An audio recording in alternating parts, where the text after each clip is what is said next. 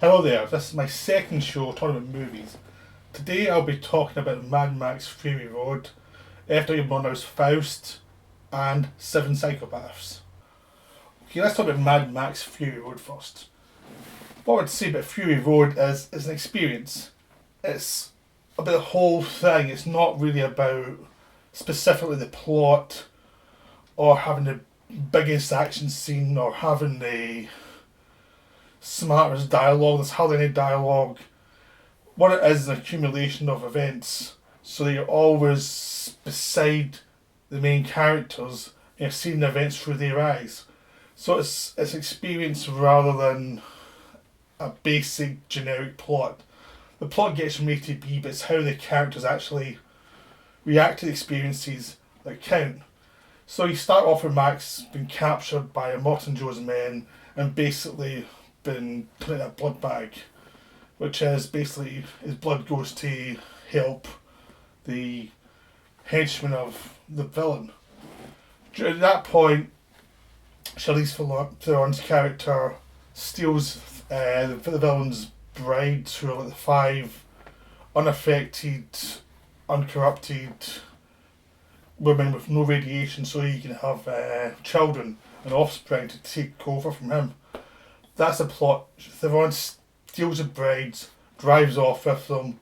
Max is, as a blood bag, is on the car of one of the henchmen, and eventually they catch up with Theron, and Max ends up helping her out. This is done grudgingly over time. What's great about it is basically it's about little looks. It's about people making decisions slowly but surely. It's all about people looking at the environment, looking at how any decision will affect them, and slowly thinking away through the situation.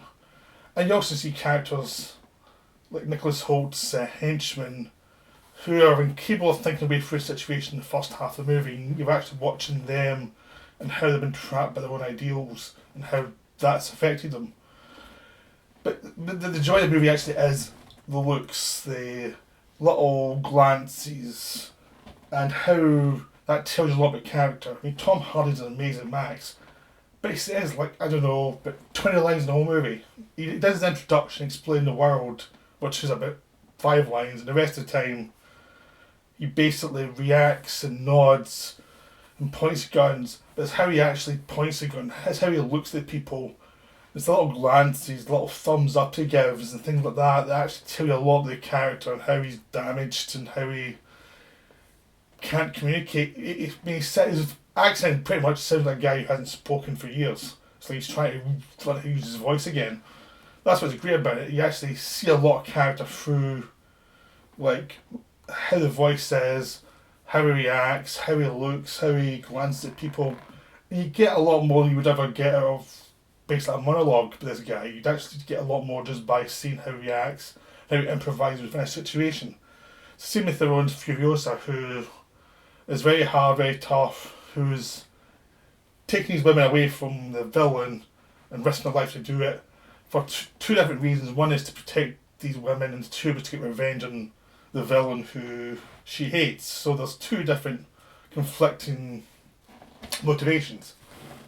But the great thing is that they actually have these motivations as something that basically evolve through time, and you see why both motivations are actually in place, and one's not placed above the other. The same with Max. Max wants to survive, that's his main focus of the whole movie. But you see him slowly warm to the fight of these other people and helps them, but he doesn't help them with speech, he just helps them with action, with what he does, with asking simple questions.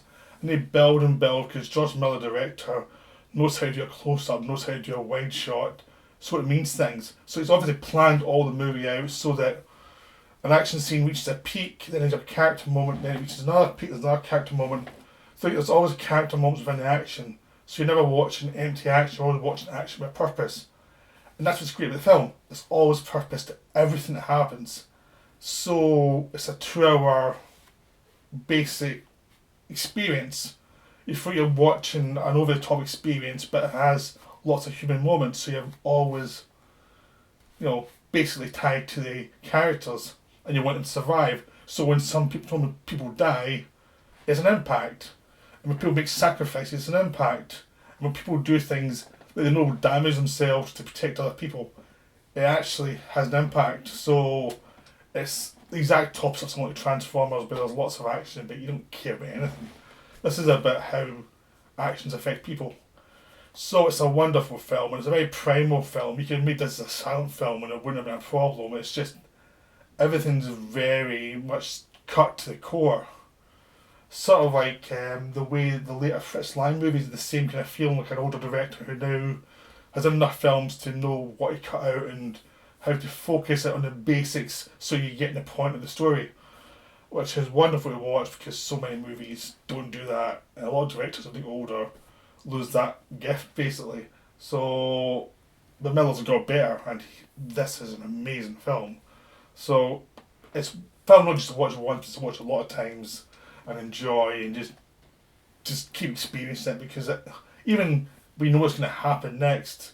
The way it's shot means you're still invested in the story, and that's what makes it a great film because you're still invested even though you've seen it, but you're watching it to actually experience the emotions of the characters and how they survive in the situation. So it's an amazing film. So it's wonderful. You should go see it if you haven't seen it. Amazing film. The second film I'm talking about is Faust, which is F.W. Murnau's film from 1920. Now this is a very old film, but it's very modern in its attitudes, which is basically, it's, as one of the people in the Blu-ray said, it's pretty much a blockbuster film from the 20s. So everything's kept simple. The motivations are simple to understand.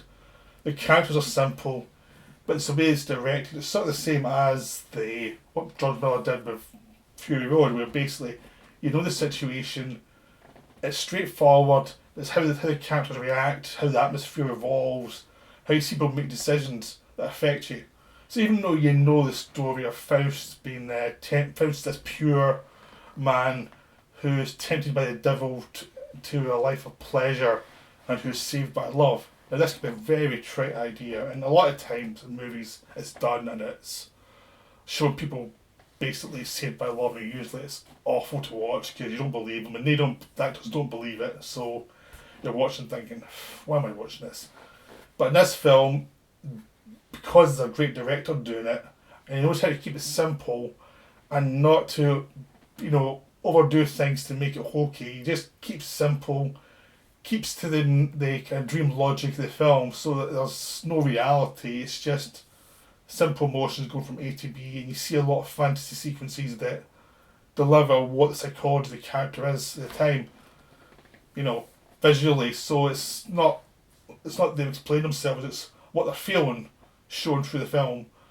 And you see great images of the devil, he's got huge wings floating over towns, and you see a sense of evil approaching, you get a sense of how charming the devil can be to Faust, how Faust can be this man who wants the best for people, who can be betrayed by his own ego, and who can do lots of horrible things, but still has a core of goodness to him that eventually is pierced by this woman who basically reestablishes connection to humanity, and that's what it's about, it's humanity beyond your own ego. And because it's done simply, the movie works. And the whole film really is about simple emotions done with a real artistic viewpoint. So it's a wonderful film. I mean, it's one of those films that it's classics you might be put off by thinking, oh god, it's not approachable, but it's actually made as an approachable film for anyone to watch. It's a silent, but it doesn't matter. You're just going to watch the film and see a very human story because Murnau's great with actors and great with emotions and people and showing images that show you what they're feeling. And this is one of his best films. I mean, it's probably one of my favourites of his, along with The Last Laugh and Sunrise. It's really a beautiful film. So I can't speak high enough of it. It's a beautiful film.